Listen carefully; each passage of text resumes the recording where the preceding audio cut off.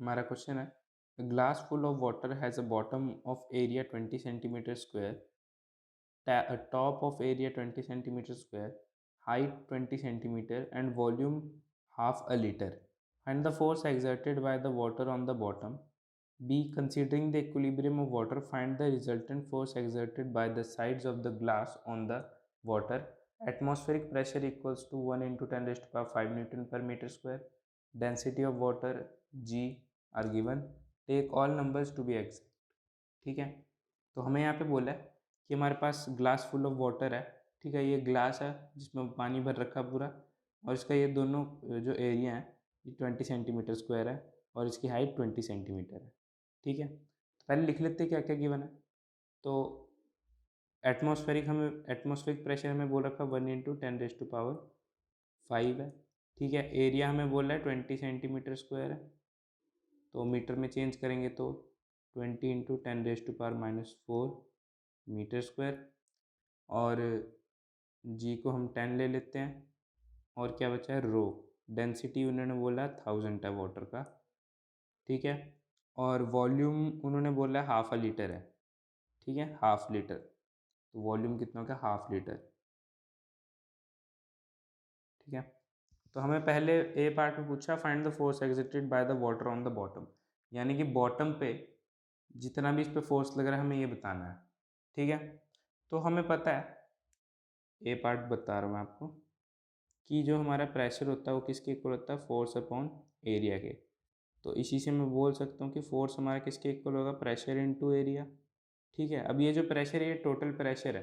ठीक है, बॉटम पे टोटल प्रेशर कितना लग रहा है।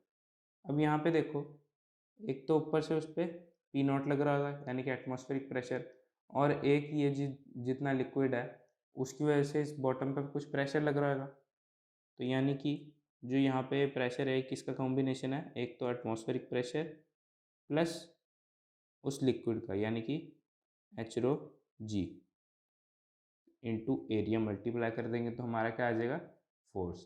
ठीक है, इसमें वैल्यूज पुट करें अगर, तो 1 into 10 raise to power 5 plus H हमारा कितना है 20 सेंटीमीटर, तो मीटर में चेंज कर लेंगे, इंटू रो, रो कितना था हमारा 1000।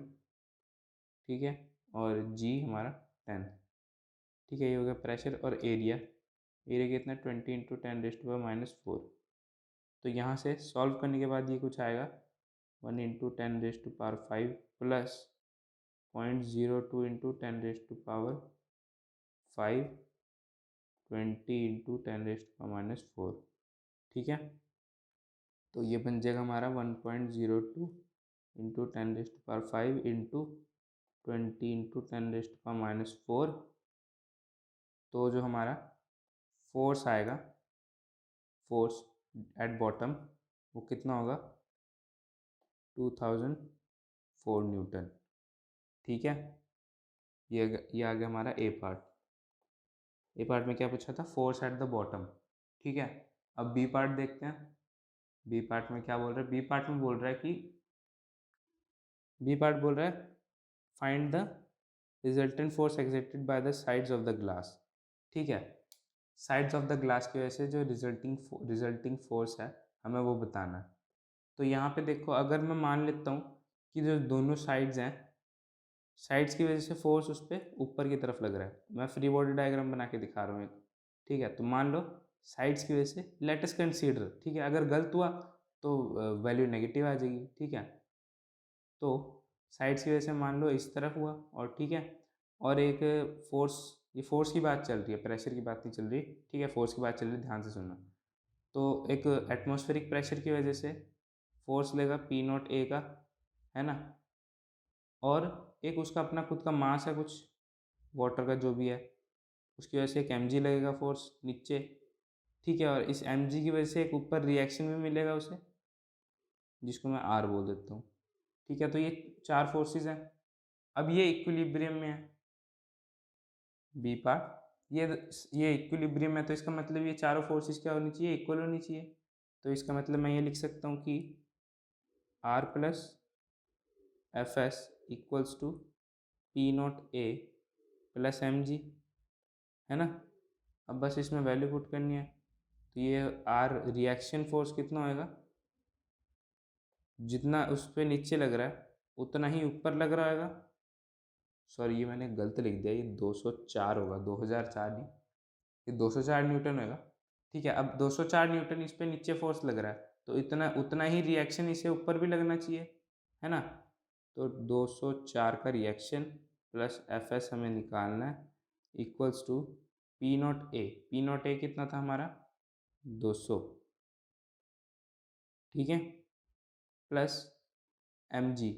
अब देखो हमें एम जी बोला है, तो उसने बोला है कि हाफ अ लीटर उसका वॉल्यूम है, ठीक है, वॉल्यूम हाफ अ लीटर है, तो मास भी कितना होएगा, हाफ के जी होएगा, है ना, कि हाफ लीटर वॉल्यूम बोला है, तो मास कितना होना चाहिए, हाफ के जी।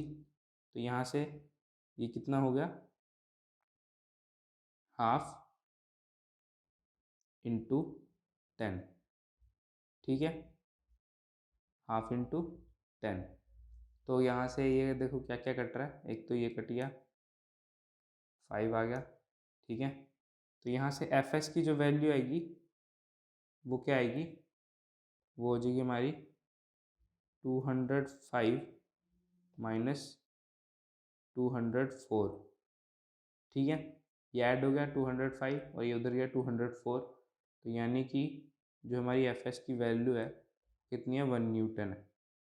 तो देखो जो हमारी एफ एस की वैल्यू आई है वो पॉजिटिव आई है, तो इसका मतलब जो हमने डायरेक्शन ली थी फोर्स की वो हमारी क्या है, सही है, ठीक है। इससे आसान सॉल्यूशन और कहीं नहीं।